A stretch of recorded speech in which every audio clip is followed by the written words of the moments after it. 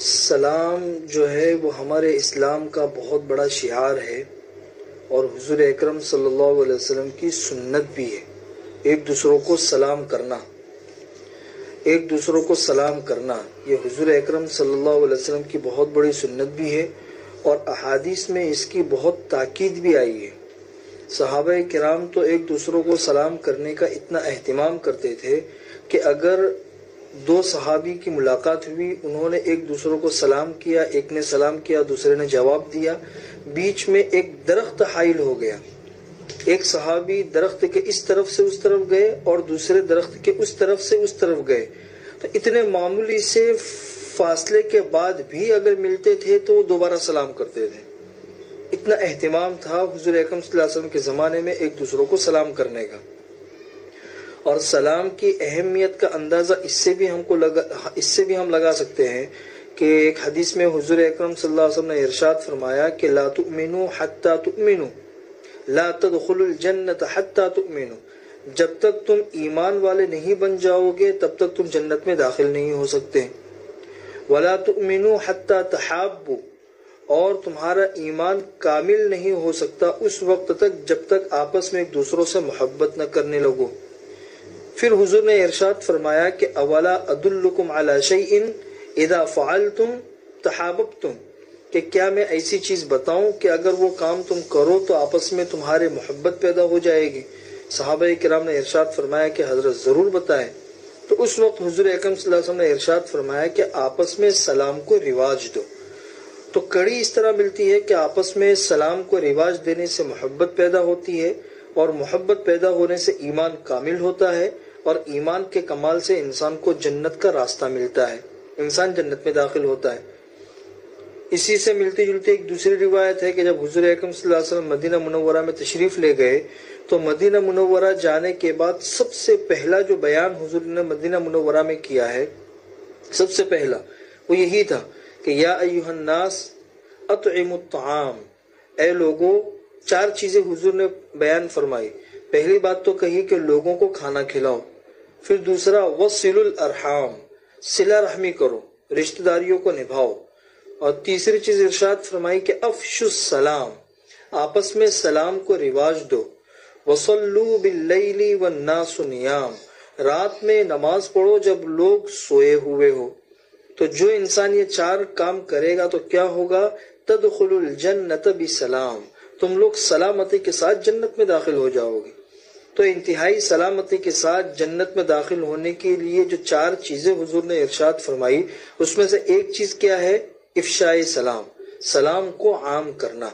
اس لیے ہم اپنے معاشرے کے اندر سلام کو خوب عام کریں، یہ حضور اکرم صلی اللہ علیہ وسلم کی سنت بھی ہے اور جنت میں داخل ہونے کا سبب اور ذریعہ بھی ہے۔ سلام سے متعلق کچھ مسائل ہے، آپ لوگوں کو بتا دوں۔ ایک مسئلہ تو یہ ہے کہ سلام جب انسان کرتا ہے تو کہاں تک سلام ہے؟ السلام علیکم ورحمۃ اللہ وبرکاتہ، بس یہ سلام کی انتہا ہے برکاتہ پر۔ بعض لوگ اس کے اوپر اور بھی بہت سارا اضافہ کرتے ہیں، وبرکاتہ ومغفرتہ ورضوانہ، یہ اضافہ ثابت نہیں ہے۔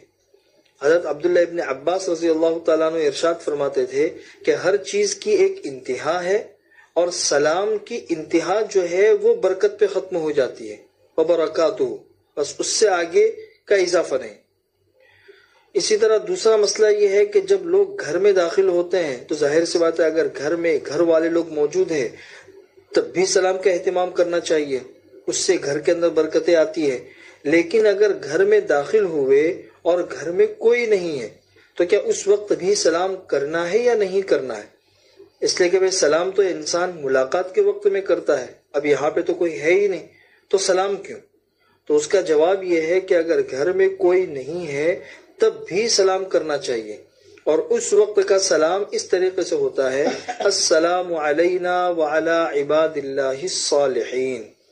گھر میں کوئی نہیں ہے اس وقت داخل ہونے پر یہ سلام ہوتا ہے السلام علینا وعلی عباد اللہ الصالحین۔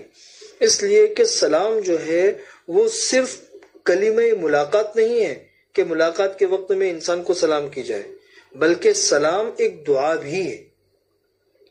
اس لیے گھر میں کوئی نہیں ہے تو اس وقت میں اس طرح سلام کرو تو اس میں ہم پر سلامتی ہے اور اللہ کے نیک بندوں پر، اور اللہ کے نیک بندوں کے اندر فرشتے بھی ہے اور اسی طرح پاک جنات بھی ہے جو گھر کے اندر کی مخلوق ہے، تو ان سب کے اوپر سلامتی ہو جائے گی۔ تیسرا مسئلہ یہ دھیان میں رکھے کہ سلام کرنا تو سنت ہے، لیکن سلام کا جواب دینا یہ واجب ہے۔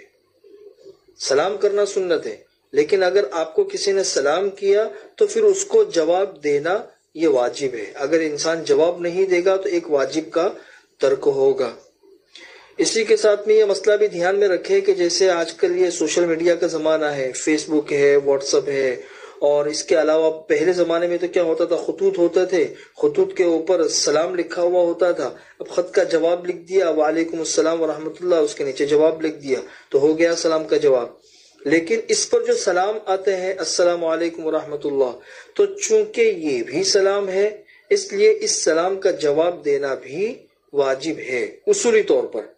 لیکن یہ بات بھی دھیان میں رکھے کہ سلام کا جواب دینا واجب ہے، سلام کا جواب لکھنا یا سنانا یہ ضروری نہیں ہے۔ اس لیے اگر کسی کا سلام دیکھا، کسی شخص نے منہ سے جواب دے دیا کبھی وعلیکم السلام، تو واجب ادا ہو گیا۔